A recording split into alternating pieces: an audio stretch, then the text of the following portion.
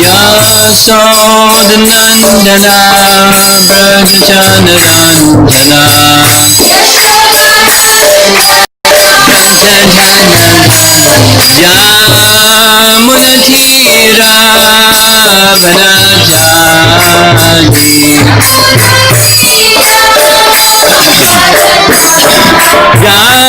Yamunatira Vanajani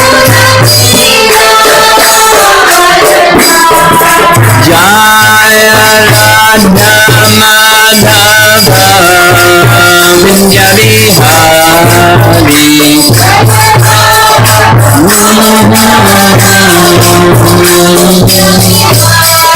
Jaya Radha Madhava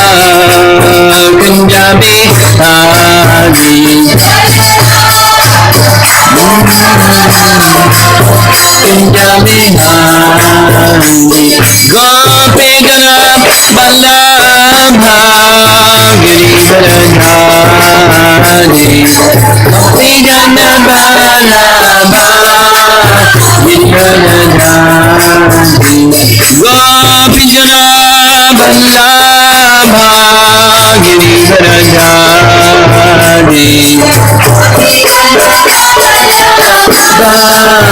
Giridharadhari Yasodhanandana Bhajanarandana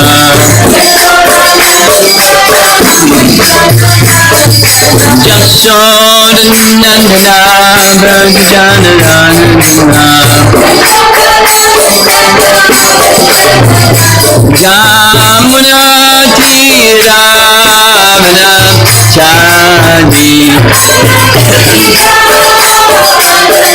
Vanachani Yamunatira Vanachani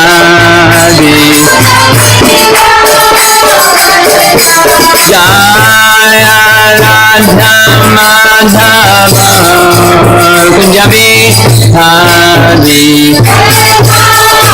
Madhava Kunja Vihari Jaya Radha Madhava Kunja Vihari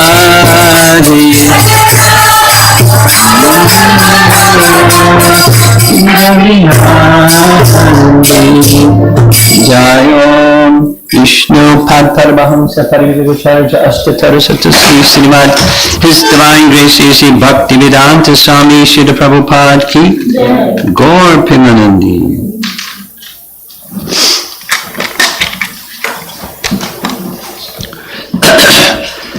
Om Namo Bhagavate Vasudevaya. Om Namo Bhagavate Vasudevaya. Om Namo Bhagavate Vasudevaya.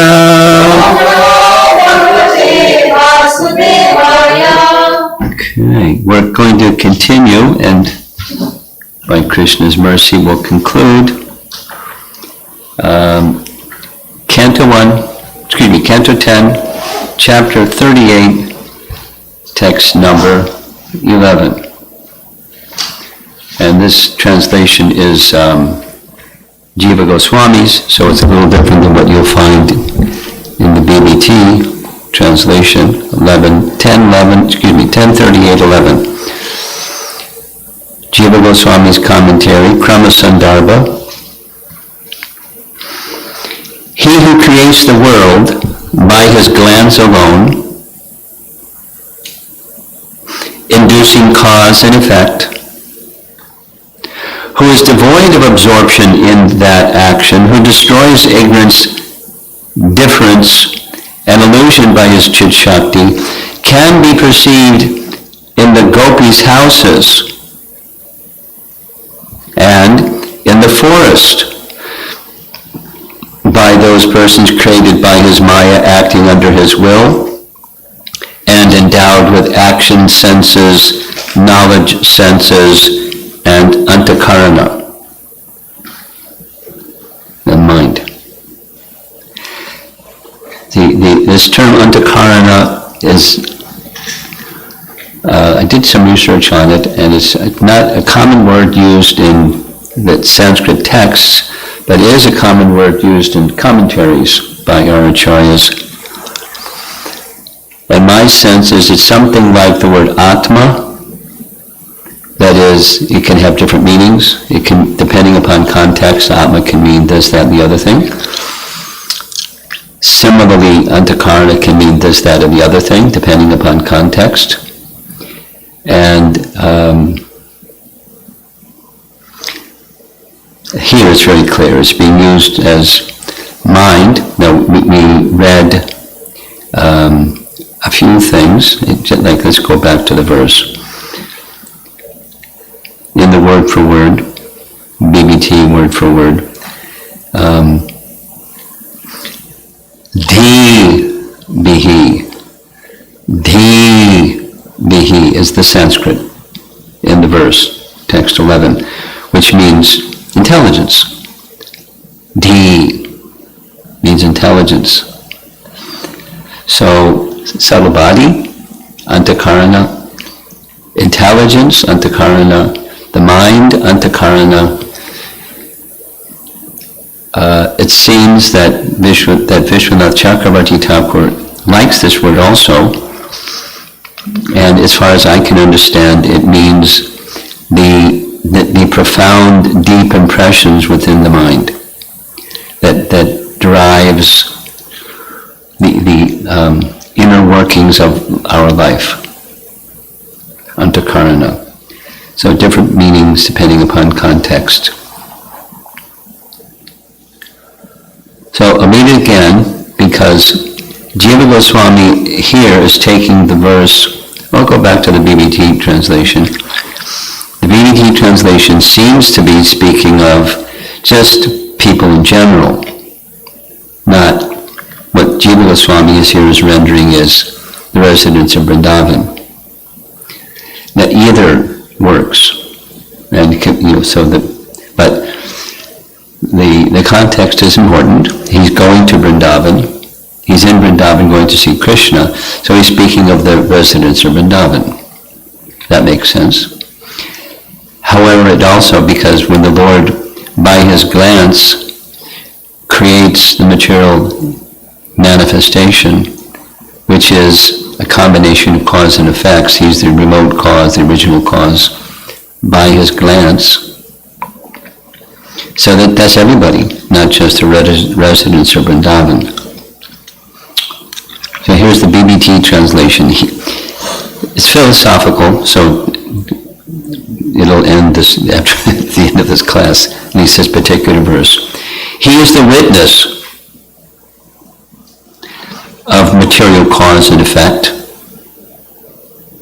yet he is always free from false identification with them. That's material cause and effect. He's free from false identification with them. How does he do that? By his internal potency. Swa Tejasa. Swa Tejasa, his own Tejas, his own spiritual potency. So commentators are saying Chit Shakti, his spiritual potency. Some references also made to Yogamaya, his spiritual potency, that aspect of his spiritual potency.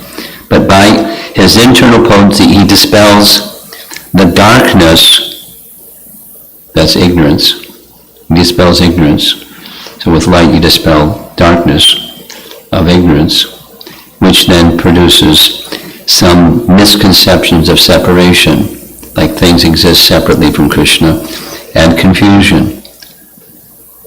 The individual souls in this world, this is general, not just Brijbasis, who are manifested here when he glances upon the material creative energy, indirectly perceive him in the activities of their life, air, senses, and intelligence, D. So all of a sudden D becomes Antakarana,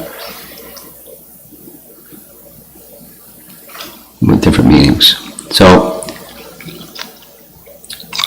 we're not going to redo yesterday's class. You can consider what was said yesterday. Here's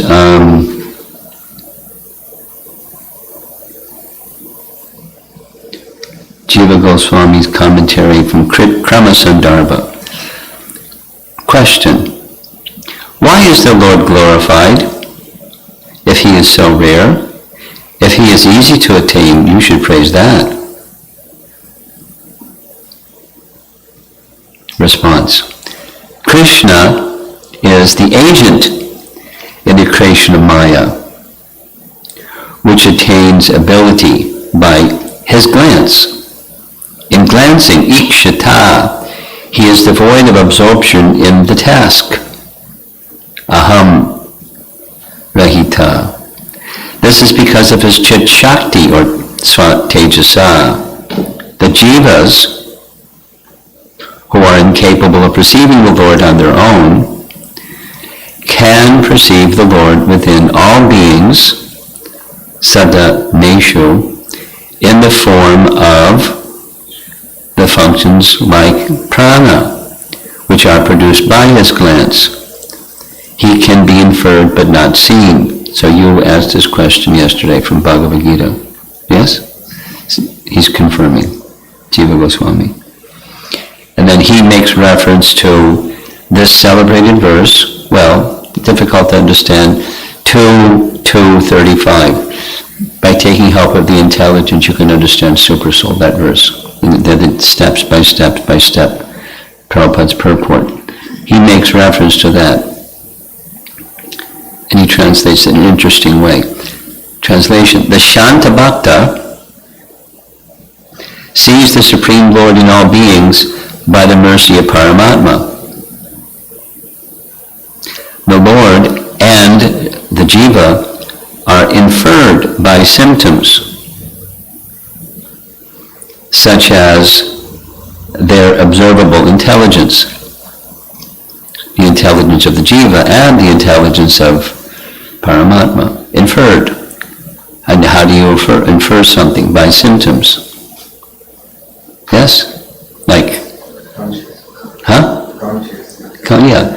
Just a worldly example is, has anybody seen an electron? Not that I know of. But there's certainly a field of study of electronics, because they know that the electron exists because of its properties or symptoms, and it does things. And they can have them do these things, those things. So there's technology with understanding, inferring the existence of something without having ever seen one. So, in spiritual science, the Shanta Bhaktas, this is Jiva Goswami, can infer by symptoms the Jiva and Paramatma, and thus they see the Supreme Lord in all beings, Shanta Bhaktas. Not Gyanis or not meditators, but Shanta Bhaktas. So, he then, to support that, refers to Bhagavad Gita 10:42, the end of the Opulence of the Absolute chapter, where Krishna says, Vishtabhyaham idam Krishnam ekangsena sato jagat. With a single fragment of myself, I pervade and support this entire universe. Next is Vishwanath Chakravarti Thakur's commentary, where he writes, Akrūra thought, quote, no one can see the beautiful human-like form of Krishna in Nandagram. Now one can see. Do it again. Now one can see the beautiful human-like form of Krishna in Nandagram. Whereas persons like myself perceive Krishna always and everywhere in his form as the indwelling Supreme Controller. The Super Soul witnesses the good and bad actions of all living entities, yet he is devoid of the false ego of thinking, I am seeing. The living entity, on the other hand, is a seer who has the false ego of identifying with his body.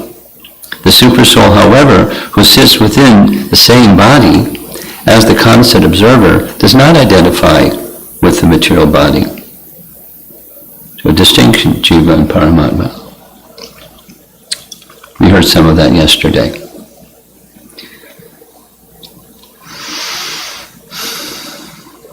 Paragraph. How can we distinguish between being free of false ego and being afflicted by it? One may object. Well, if a living entity is situated in a body, he will encounter the unhappiness and confusion that occur within it. Just as a person living in a house, whether he be attached to it or not, cannot avoid experiencing the darkness, warmth, and cold that occurs within it. This objection is answered as follows. By his internal potency, Krishna dispels the darkness of ignorance, along with the separateness and bewilderment it produces. Paragraph. That Supersoul, who, by his personal potency, Svatejasa, has manifested the vital airs, prana, senses, and intelligence within the individual souls, that Supersoul is perceived by these faculties as being their creator.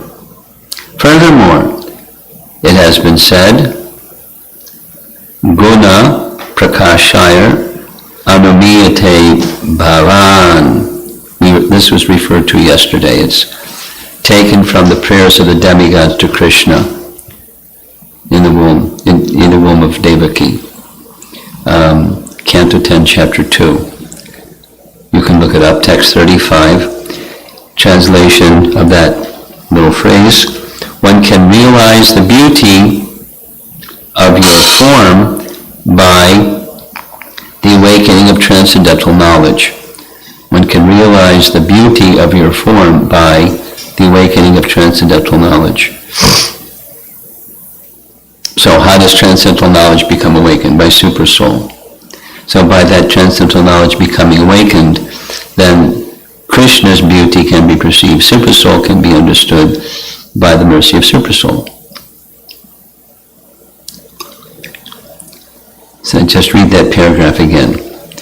That Supersoul, who, by his personal potencies, Svatejasa, has manifested vital airs, senses, and intelligence within the individual souls, that Supersoul is perceived by these faculties as being their creator. Then he refers to 10.2.35. One can realize the beauty of your form by the awakening of transcendental knowledge. So, taking help from transcendental knowledge, which comes from Supersoul, one can utilize working senses, knowledge-acquiring senses, and intelligence to understand and in that way infer, and that way see Supersoul. Okay, so Sanatana Goswami writes, he creates by his glance without ahankara. So he is Krishna, the Lord. Creates by his glance without antakarana, without ahankara. This distinguishes the Lord from the jiva. So jivas do things, but they're not free from ahankara. The Lord is different than the jiva. He destroys ignorance by his chit shakti. This distinguishes him from the jiva and muktas. Jiva and muktas do not have chit shakti.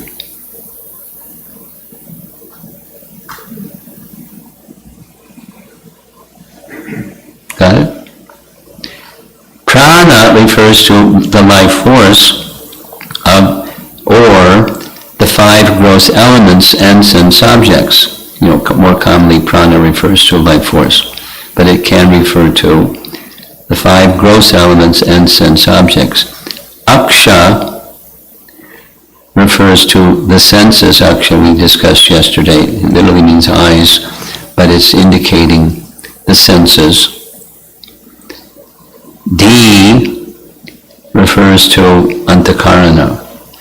So, intelligence, mind, subtle body, etc. So here it's D refers to antakarana. The Lord is perceived by the jivas endowed with pranas, senses or aksha, and the ahankara, dibihi. So this is jivas in general, can perceive the Lord through the agency of these three things. Since the associates, now that means Krishna's associates in Vṛndāvana, since the associates are not covered by Maya, they only appear to have attachments, as does the Lord, only appear to have attachments. By his will, tad ikshaya, this is a different rendering, by the way, it's a totally different rendering of the verse. By his will, tad ikshaya, using Maya, which has no power on its own, he manifests these senses in these persons. This means that by his power they act as if attached. That's his associates in Vṛndāvana. On their own they cannot perceive the truth. They depend on him alone. The appearance of being attached is actually not true.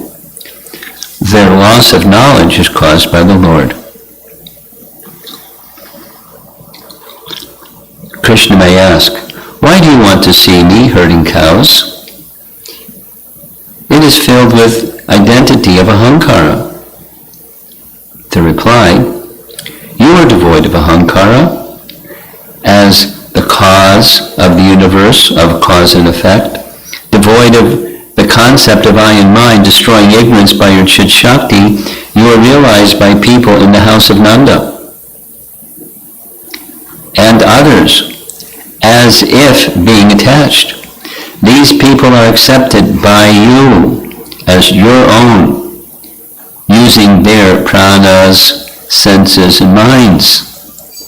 So here, D is meaning mind or antakarana. Without serving you, without perceiving you, the senses and minds would be useless. It's like he's having fun, looking at this from different angles. Question: is perceiving him rare? Answer: his rareness is described by three descriptive terms. Even in one's house he is perceived by the jivas by searching for him. Ikshaya. What to speak of seeing him in Nanda's house? The cause is his mercy, swa mayaya. In order to attain him by his mercy, he invests them with pranas, senses, and mind. Or, another rendering, by his glance, ikshaya, endowed with his mercy, swamayaya, he is attained without fear, abhi iyate, by those who are created using their pranas and senses. And then he refers to moksha dharma. Quote, the person upon whom the Lord glances with mercy is understood to be spiritual and fixed in bhakti. Or, and this is the last paragraph, and tomorrow we go on to the next verse. Though the Lord is devoid of ahankar, and though he destroys ignorance, by his great power he glances ikshita upon the subtle and gross, or the low and the elevated souls. This shows his great mercy. The Lord is realized by these jivas who are completely controlled by Maya when the jivas engage their pranas, senses, and mind. The activities of prana are bodily actions. The activities of the senses are various services. The activities of the mind are faith, etc. The end for this morning. So the other section that we were reading was like really smooth and it was really sweet, and now we got this really heavy philosophical text, which tells us a number of things. There was a question yesterday about, which is more important, in the pastimes of Ramachandra, about understanding his divinity, or is it more important to understand that the rasa, the joy or the sweetness he experiences in different ways with his devotees, even when it looks like forgetfulness, or it looks like this, or it looks like that. And for the answer is, for us sadhakas, it's a challenge, but we need to understand both. Because reality is there's both. And when we become knowledgeable in Krishna Tattva, Janma karma chame devyam evam yoveti tattvataha, we become eligible to go to Krishna, and if Krishna so desires, he can cover our understanding of his transcendence, his opulence, his divinity, with just oceans of sweetness, and that's his prerogative. It's not attempted by the residents of Vṛndāvana, let me close my eyes and not see Krishna as God. He covers them with that particular prema. He reciprocates with them in that way. But we're not there. We shouldn't imitate or pretend. So we're sadhakas, and we're to understand both. And to understand both helps us understand the flow of his pastimes, like how Arjuna, his eternal associate, got bewildered.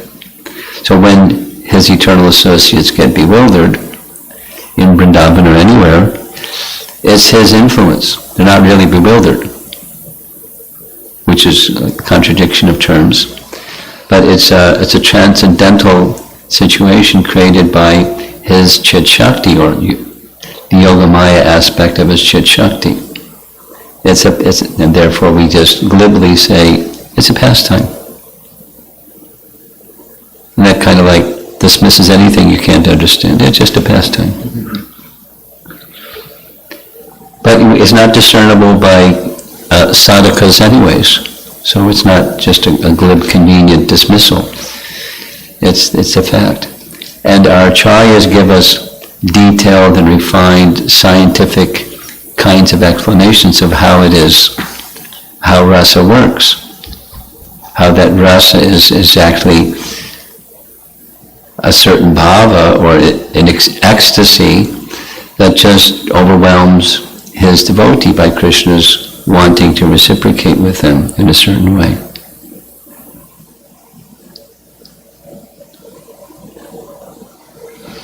So Akrūra has both.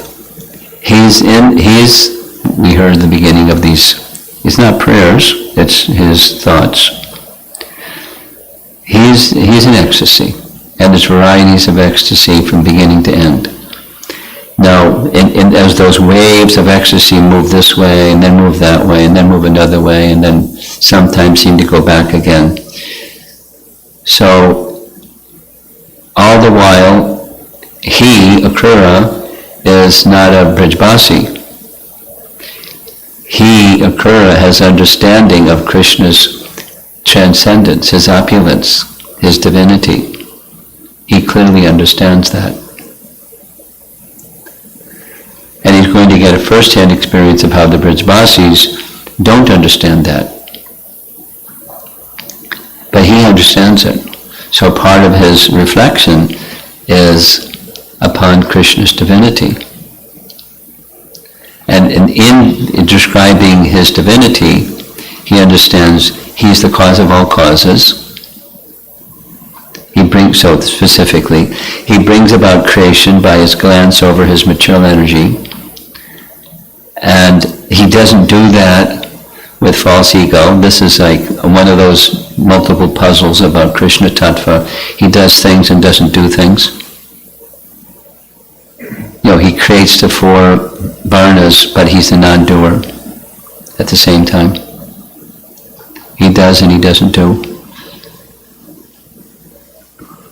So we've discussed that. There's extensive commentary on that topic, but it's one of the mysteries of Krishna Tattva. So he's pointing to one of those mysteries. He creates, but he doesn't. There's no ahankar, there's no false ego connected. Although the living entities that he by that cause of all causes, creation, and the cause and effect, one of the effects of the original cause is the living entities then become endowed with, of course, bodies, but doesn't even speak of bodies. It speaks of knowledge-acquiring senses, working senses, and this other thing, intelligence, or mind, or antakarana, the subtle body, at least. The gross and subtle bodies. But even the knowledge-acquiring senses and working senses and the mind, they're all subtle. There's the gross instruments through which they work, just like, there was this Sankhya question, why is it that somebody that has their legs amputated is still able to move? And the answer is they have the power of locomotion. So legs are part of locomotion, but you can get a wheelchair and still do locomotion, because there's a power that's invested. So legs are the instruments, but if the legs are amputated or whatever, there's still the power of locomotion. So there's subtle powers. The senses, working senses and knowledge-acquiring senses have instruments, but the instruments can't do anything without the sense, and then the sense organ. So the gross body is a sense organ, and the subtle, this antakarana term, so that there's these divisions. Prana, which move the senses. Anyway, so through these faculties, living entities can infer the existence of the Supreme Lord by Supersoul giving that potency or awakening of transcendental realization, so they can understand, at least by inference, the existence of God. It may just be notional, but it may be more advanced than notional. It may be seeing through the eyes of Scripture beyond just a notion. So there's stages of realization and elevation of consciousness. So how does all that happen? The person that he's going to see is that person. And there was all this discussion about seeing in person versus seeing in the mind. So he was able to see in the mind but not see in person. Now he's going to see in person. Who? This is defining that person who he's going to see. Who others may by inference understand, and I'm going to see him directly. How fortunate. By his mercy. That's, the greatest of mercies. My life will be then complete. It's part of his enthusiasm that's coming out in this philosophical expression of who it is that he's going to be seeing.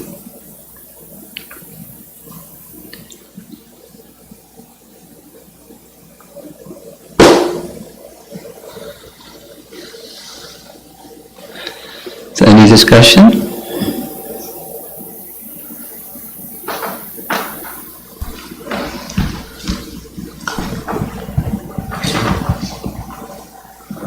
Guru Maharaj, there was commentary that to realize the super soul, one has to do that through the transcendental knowledge which comes from the super soul. Yeah. So what is that one should do to receive the transcendental knowledge from the super soul? Well, coverings have to be removed. And the two main categories are sins and offense, or anarthas arising from offense. Sins and the reactions of sins, and anarthas that are the result of offense, anarthas. So those two, by cleansing, then it's a fit place for transcendental knowledge of Supersoul to be manifest. And without, it's not a fit place. One can't understand. Here's a very nice explanation. The language is different, but the net result, you draw the line and the tabulation is the same. God realization is for the human form of life. And persons who are living like animals, no matter how much you preach, they can't understand because they're covered. Now, the preaching may help them become cleansed, but, so, this is Prabhupada, I've been listening to Prabhupada explaining, like in 6 different cities, at different times, the chapter Varnamaya Shrishtam verse. And so, society, human society is to be organized according to those 4.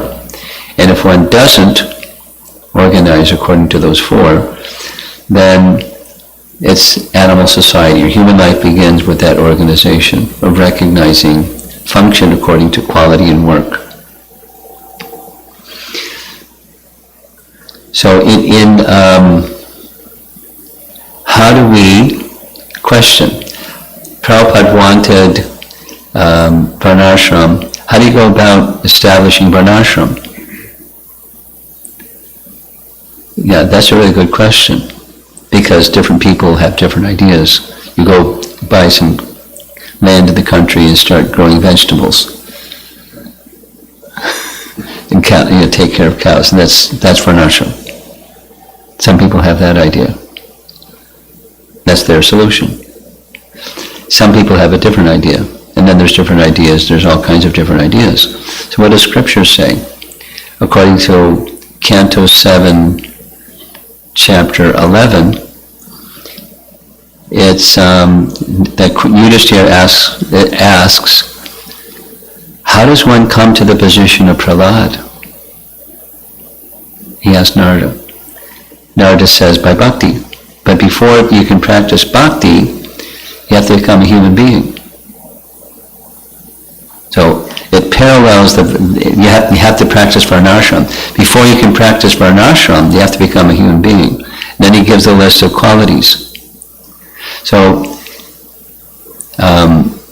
in Hungary, they spent really serious time for months discussing how to establish Varnashram. It's a social structure, that's Krishna's social structure, that will help each of us, sadhakas, become really genuine devotees, so that we can exemplify with the teachings. So, developing of qualities, and then comes, okay, how do you develop qualities? And then there's a science, there's a book, Varnashram Compendium. You might be interested to read it. It speaks of what are the qualities of a human being and how to develop them. So what they did in Hungary was they had a policy for 1 month. Whoever speaks on any class, any in-house class, it's on this quality. So like threadbare, focus on, and everyone working on this quality. And then next month, that quality. Maybe it was a week at a time, whatever it was. So that one can become qualified to practice Varnashram. Because when you begin practicing Varnashram, then you become a human being. But you have to become So the qualities of a human being to practice varnashram. So now all of this is circling back around to how do you get qualified to get transcendental knowledge from Supersoul, which was your question. You got to be a human being. Because animals, you can't give transcendental knowledge to animals.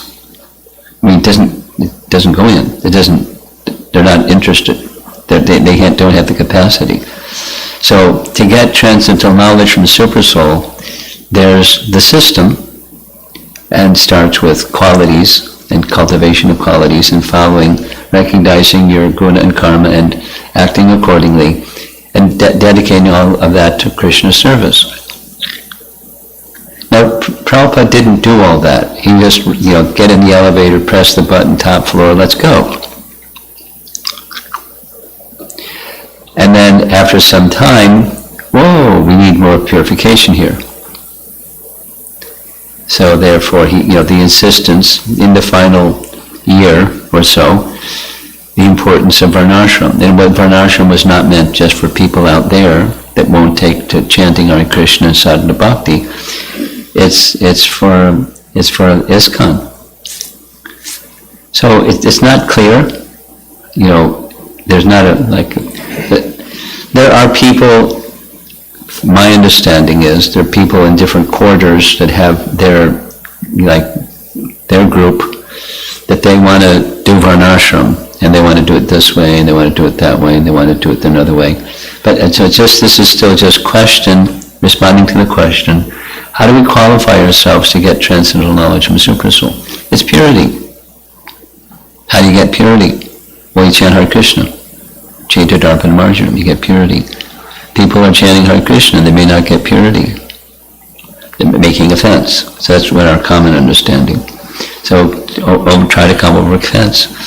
The Varnashram approach is not just the holy name, but how do I become a human being so that I can chant Hare Krishna in a way that's effective? Anyway, that's another approach to respond to your question.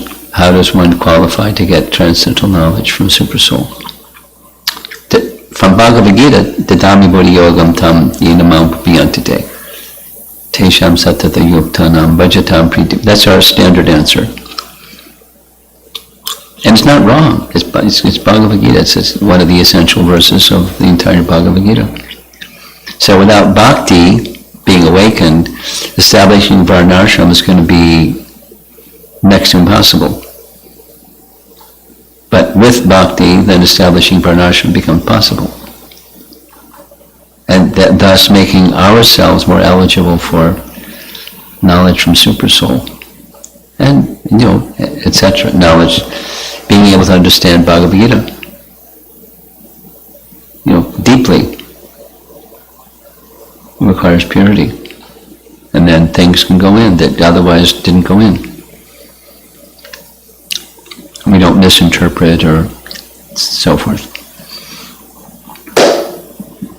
Guru Maharaj, so from what you spoke, my understanding is just whatever the process that we are doing in itself is not enough. We have to perform varnashram and become... No.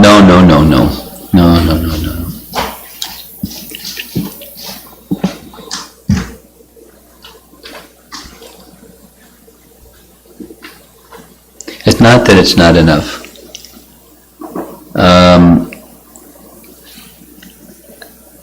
All that we need, from Chaitanya Charitamrita, all that we need is the holy name. And for those that are seriously chanting the holy name, they'll draw from the knowledge of Bhagavad Gita and the knowledge of Srimad Bhagavatam to give direction to their life. So as their heart is becoming cleansed, they'll know what it looks like and how to do it. So purity, that's sufficient. Vasudevi Bhagavati Bhakti Yoga Prayojata Janayati Ashu Vairagyam Jnanam. So just Jnanam Cha, Yadahaitukam. You don't read Bhagavad Gita, don't read Srimad Bhagavatam, just, become a pure devotee. So we take help from those other transcendental sound vibrations that will help us. Now you go down further, part of the transcendental vibration is the Varnashram system that is, according to Chaitanya Mahaprabhu, not the essence, but we don't trash it because it's not the essence. It gives a picture of what a life of transcendence looks like the associates of Chaitanya Mahaprabhu, pure devotees, and they had different varnas and ashrams, but in pure devotion, for example. So it's not, what we're doing now is insufficient, and we need to take a postage stamp and put a postage stamp on the envelope, and then it'll get to its destination. Not like that. So we are in Grahastha right? Huh? We are in Grahastha. I don't know why there is so much discussion about Varnashram system. You said in Hungary they are... Well, there's discussion about it because Prabhupada wanted it. And then what is it that he wanted and how to do it? Those are the two questions. And there's a lot of voices out there saying what he wanted and how to do it.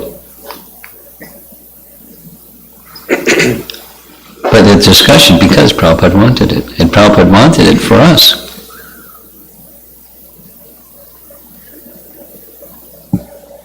It's a little bit like, an Arjuna Vritti comes about from Bhajana Kriya, not that our program is to become an Arjuna Vritti conscious.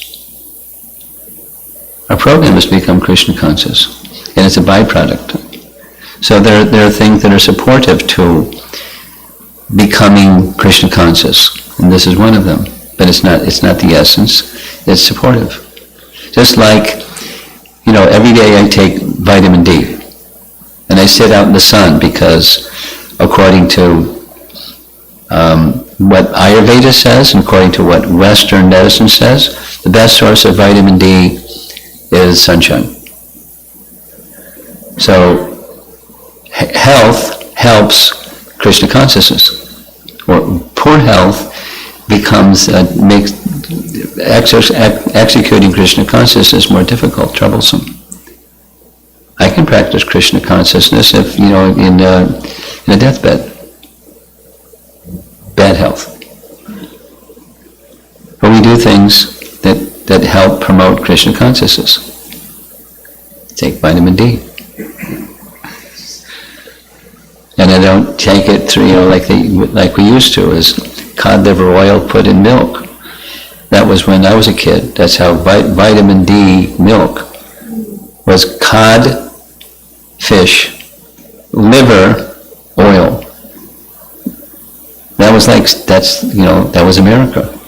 Vitamin D milk. So I don't do that. But plant extras. Anyway, so that's a deviation. We do things because it's beneficial for our Krishna consciousness. It's not like I can't become Krishna conscious if you don't establish Varnashram in my Grahastha life. Okay? And then just wanted to see whether my understanding is right on the Jivan Mukta. Jivan Mukta means Brahmabhuta stage, yes. Brahman platform, so correct. That is why they don't have the Chit Shakti. Yeah, they had to get to the stage of Jivan Mukta or Brahmabhuta. But Krishna doesn't have to get to anything. That's the distinction. And then, sorry, one more question. This is from yesterday's class. I left halfway. So there was a discussion about Krishna. If Krishna has a body, that means there must be false ego. And there are presentations by our Acharya saying that no, because he dispels that through his internal potency. So it's not a question but just a parallel understanding from Bhagavad Gita 4th chapter 6th verse, Ajopisan Avyayatma Bhutanam Vishwaropisan. In that itself the answer is there that Krishna says Prakritim Swam Adhishtaya Sambhavam. So it's a transcendental, his body is transcendental. Yes. Bhagavatam is not different from, it's the same as Bhagavad Gita. It's just expanding and explaining in different ways fundamental understandings of Bhagavad Gita. So yes, you're right. Okay. Anything else? Yeah? When we say purification, or we also hear the Kleshagni in Nectar devotion, Kleshagni. I'm listening. Basically it's the eradication of the sinful reactions, Guru Maharaj. That's like as per today's discussion.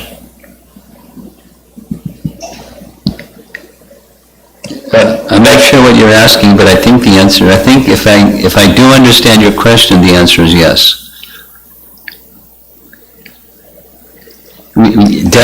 Is asking your question in a different way. Is chanting of Hare Krishna and performing devotional service, does it result in eradication of sins, which in turn brings suffering? Is that what we're supposed to understand from Nectar devotion? That's your question? Kind of, in a sense, like we hear that and we get purification and when we are practicing devotion service. So like what is this purification means? Is it the eradication of sinful reactions? Because in Nectar there's other forms of purification that come from chanting besides eradication of sinful reactions. Specifically, klesha means sufferings. And sufferings are diminished, and sufferings may come for different reasons besides sinful reactions. So it's more than that. Does that answer your question? Okay.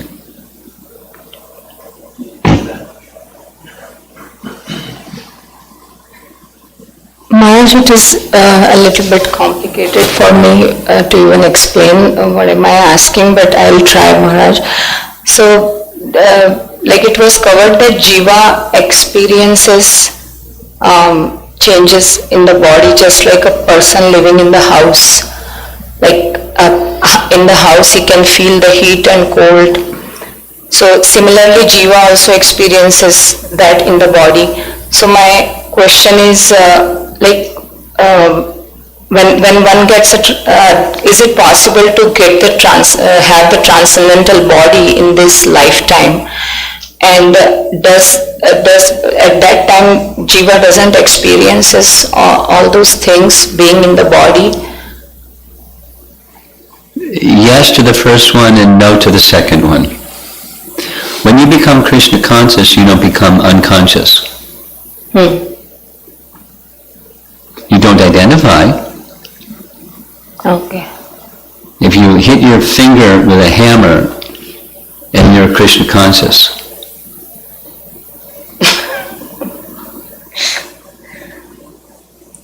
will you feel it? You don't become unconscious, become Krishna conscious. So that means that doesn't affect the same way.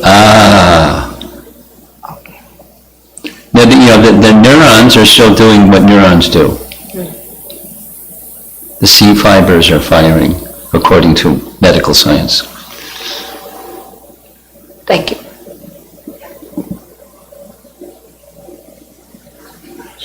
You have something else? You have something else or no? No. Okay. Then come up front here.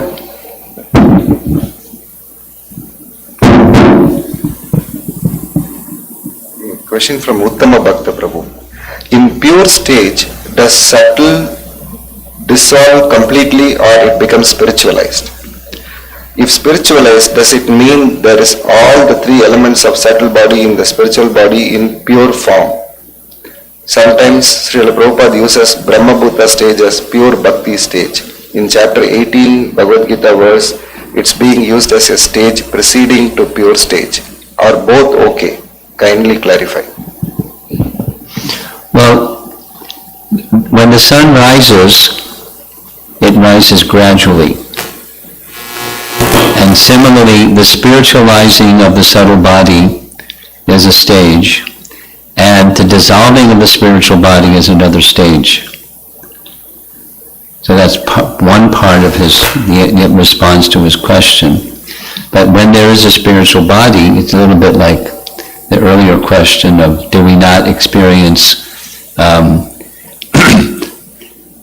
the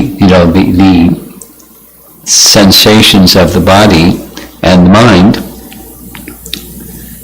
We can experience them. A really nice example is the example of Jad Bharat. And when Jad Bharat was insulted by King Rahugana, he felt something in his mind.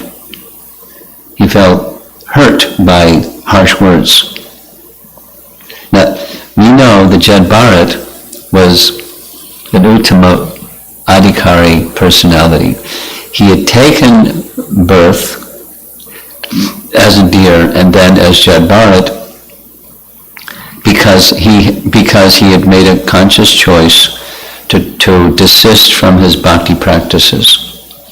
But he had learned his lesson and was not going to make the same mistake again. He was on the Uttama platform. Like his question of having a fully spiritual body. So he went back to Godhead after his life as Jad Bharat. He was already there even in his body as Jad Bharat. Still, he felt something. And very quickly, Supersoul adjusted that. Just like your question of being qualified for transcendental knowledge from Supersoul. Supersoul quickly adjusted that. And he was no longer feeling, and so instead he gave, very kindly, he gave spiritual instruction to King Rahugana. Not in this position of, feeling hurt by his harsh words, but just from a fully transcendental position. So there's an example from scripture of, and there's others, of one who is transcendental, feeling something and having it completely realigned and readjusted, something like 9:31 Bhagavad Gita, Chipram Bhavati Dharmatma, Krishna very quickly corrects his pure devotee, who may become deviated or influenced in some way. So I'm not sure that addresses Uttama Bhakta's question. If it doesn't, he can send in another text to clarify. That's it? Prabhupada ki? Jai.